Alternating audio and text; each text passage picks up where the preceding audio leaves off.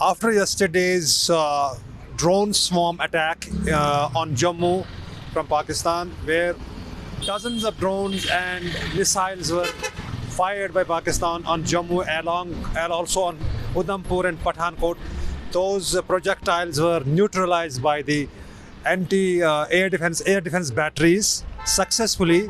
There were no casualties, and the debris of those drones and missiles were strewn around at many places in Jammu.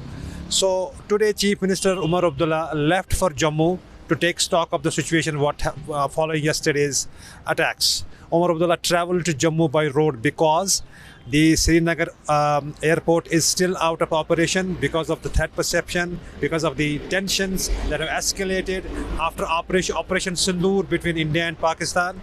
So Omar Abdullah today went and he met lots of people who have relocated to safer places from border areas, especially Poonch, which has been the worst victim of shelling from across the line of control, in which 13 people have died, including women, children, and old. So Omar Abdullah met and he promised them that the government will look after them until they return safely to their homes. In the meantime, the Lieutenant Governor of Jammu and Kashmir, Manoj Sinha, today visited Uri, which also witnessed heavy shelling from across the line of control.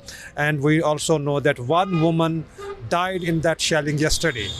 So all in all, because of the escalating tensions, people in the border areas, as we saw, there has been migration. People have shifted to safer places from Jammu's Poonch and Kutwa and all the way to Aknoor. They have been relocated to safer places.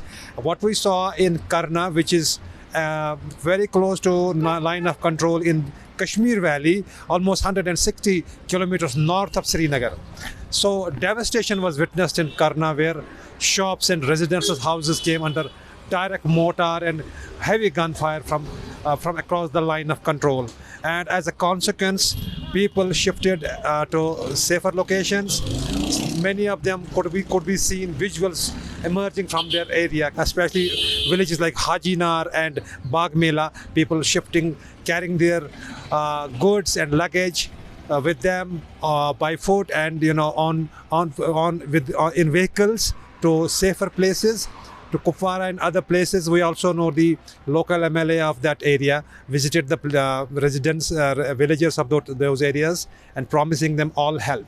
So we also know in Uri, we spoke to some residents who have shifted their families to safer locations, especially those areas where the line of control is very close, like Silkot, Balkot.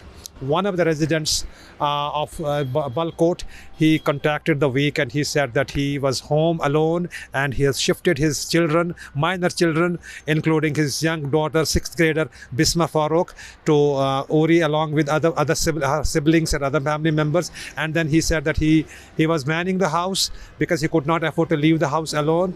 And the village is almost empty because people have shifted to the safer places. And he said that gunfire from pickets on hilltops surrounding the village was raining down on the village, and the Indian pickets were engaging the Pakistani pickets, and in that crossfire, lots of shells have fallen very close, perilously close to the residential houses.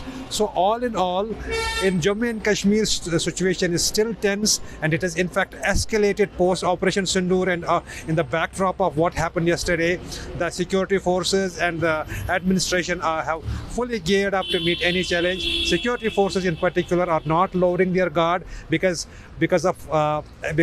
the possibility of more attacks like what we saw in Jammu, Pathankot and Udhampur. So in Kashmir Valley and in the plains of Jammu, life is going on about normally, businesses are going on normally. Those schools in border villages have been shut, exams have been postponed, and Srinagar flights are also not operating in Srinagar. So people are hoping that this phase passes quickly and hoping that the normalcy returns soon.